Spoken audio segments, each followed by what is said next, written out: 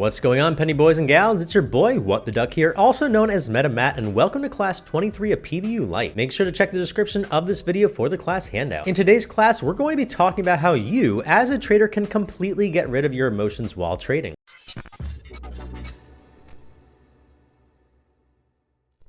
Now, I'm just kidding. We're all human, which means that we all have emotions, and it's impossible to completely get rid of our emotions. After all, we're not ChatGPT-4, we're human, and we make mistakes. That's why trading psychology is so important. It teaches us ways to manage our emotions so that it doesn't get the best of us. After all, a surgeon can have all the right tools, know all the techniques, but if they don't learn how to handle their emotions while in surgery, they aren't going to last very long as a surgeon. So first, let's talk about the importance of emotional regulation. One of the most important aspects of trading psychology is emotional regulation. As a trader, you're going to experience a wide range of emotions, from excitement and anticipation to fear and frustration. The ability to regulate these emotions and make rational decisions is essential for success. To regulate your emotions, it's important to develop self-awareness. Take time to reflect on how you feel before, during, and after a trade. Identify the emotions that are driving your decisions and try to understand why you are feeling that way. Are you afraid of losing money? Are you overconfident in your abilities? Understanding your emotional triggers can help you develop strategies to manage them. After all, you can't manage or fix a problem if you don't know what it is. Another key aspect of emotional regulation is maintaining a positive attitude. Trading can be a challenging and stressful activity, and it's easy to become discouraged when things don't go as planned. However, maintaining a positive attitude and focusing on the long term can help you stay motivated and avoid making impulsive decisions. People go to college for 4 years to get a degree, some go for longer. Good things take time. That includes learning how to trade successfully consistently. Another important aspect of trade psychology is risk management. As a trader, you're taking on risk every time you make a trade. It's important to have a clear understanding of your risk tolerance and to develop strategies to manage risk. One strategy for managing risk is to set clear stop loss orders. A stop loss order is an order to sell a stock when it reaches a certain price. By setting a stop loss order, you can limit your potential losses in case the trade does not go as planned, which does happen sometimes, even for the best of traders. So for example, if you buy one share of a stock at $50 and are only comfortable losing $5 on that trade, you can set a stop loss at $45 so that if the stock goes down to $45, your stop loss order will trigger and sell the stock, limiting your loss if the stock were to continue to go down. When you ride a bike, you wear a helmet. You don't want to have to use it, but it's good to have it just in case. The same goes for stop losses. They're like your trading seatbelts. You don't want to have to use it, but it's good to have just in case to manage your risk. If you fall without a helmet and hit your head, or you crash in a car without a seatbelt, you can do some serious damage to yourself. In the same way, if a stock you own starts to go down fast and you don't have a stop loss, you could do some serious damage to your portfolio. Another important aspect of risk management is position sizing. This refers to the amount of money you invest in a trade. It's important to understand the relationship between position sizing and risk, because investing too much money in a single trade can be risky, while investing too little may not generate enough returns to justify the investment. After all, we're here to make money, aren't we? You don't want to put all of your eggs in one basket, meaning all of your money into one stock or sector, because if that stock doesn't do well, then your whole portfolio will not do well with it. You need to find a balance. You also want to make sure you don't trade with too much money when starting off. A lot of mistakes will be made your first 3 months of trading to even a year. That's how learning works. That's why it's so important to start off small or paper trade if you're new. Just like when you learn to ride a bike, you don't want to start off by going down a steep hill, and with trading, you shouldn't start off by trading with money you can't afford to lose. Next, let's talk about the importance of discipline. Developing a disciplined approach to trading can help you make rational decisions and avoid impulsive behavior. One way to develop discipline is to create a trading plan. A trading plan outlines your goals, strategies, and risk management strategies as well. By having a plan in place, you can avoid making emotional decisions and stick to your long-term goals. If you're following your plan, it helps take the emotions out of the trade, as you're just doing as your plan tells you. If your plan works, well, then keep doing it.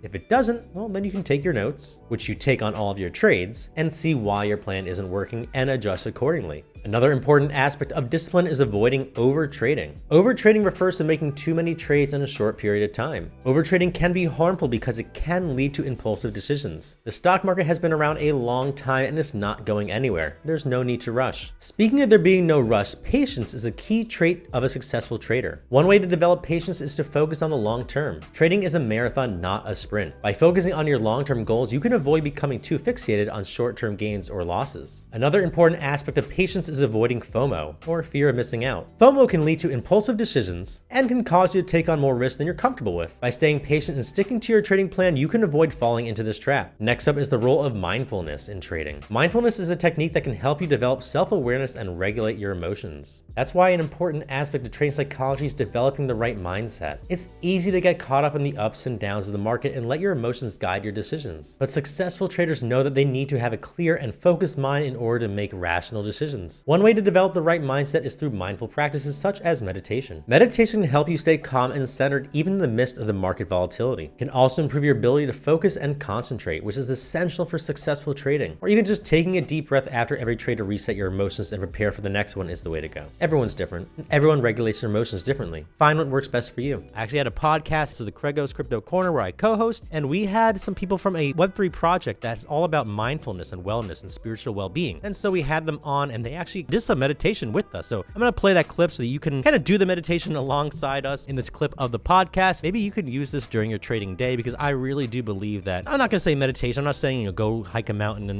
meditate on the top of the mountain or whatever. I'm just saying, even just sitting at your computer while you're trading and just taking a few deep breaths, just kind of resetting your emotions can do wonders. So here is that clip. And we can all do it together right now if you'd like to do a really quick one. This takes no time at all, and you can do it whenever, even if you're just sitting at a stoplight and you're feeling anxiety. Before I come on talks like this, or before I start a podcast, or before I get on a phone call with somebody, I use this. It's a very quick way to relax and release tension. So what it is, it's a short and long double inhalation, and then you tense all of the muscles in your body in a low, medium, high tension. And then with a double exhale, you throw out the breath, and then you release the tension in a high, medium, low. So I'll demonstrate it real quick. It just sounds like this. Low, medium, high tension in all the muscles, and you vibrate with energy, and then you exhale, relax, release, and you feel all the tension in the body. And you do that 3 times. And I'd say let's all do that together real quick here. So let's go ahead and take in a normal deep inhalation. In all the way out, relaxing. And now double inhale intense. Low, medium, high tension, and all the muscles vibrate with energy, and exhale.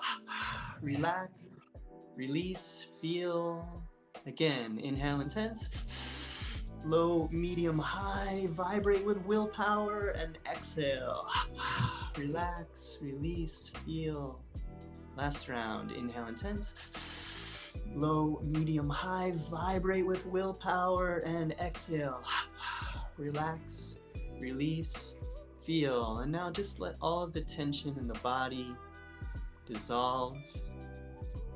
And then as you open your eyes again back out into the world here, just approaching it fresh and new, and just in a little more relaxed way. I think you can feel the difference of your consciousness right now. Another important aspect of developing the right mindset is maintaining a positive attitude. Successful traders know that setbacks and losses are normal parts of trading, and they don't let that get in the way of their long-term goals. Instead, they stay focused on their strategies and maintain a positive outlook, even during difficult times. Finally, it's important to remember that trading psychology is an ongoing process. As you gain more experience and encounter different market conditions, you'll need to adapt and adjust your approach. By staying open-minded and willing to learn, you can continue to improve your trading psychology and hopefully achieve greater success in the markets. In conclusion, trading psychology is a critical component of successful trading. By understanding your emotions, developing the right mindset, and having a solid trading plan, and then of course continuing to learn and adapt, you can improve your trading psychology and hopefully achieve your long-term financial goals, if they are realistic, of course. Which leads me to my final point: set realistic expectations for yourself. The whole get rich quick mentality is what destroys portfolios, because that mentality is an emotional one. So take the time to invest in yourself and your trading psychology, and the rewards will hopefully be well worth it. Be sure to check out the rest of our free trading classes on YouTube and the Discord. I hope to see you all there, but until then, as always, I hope that you all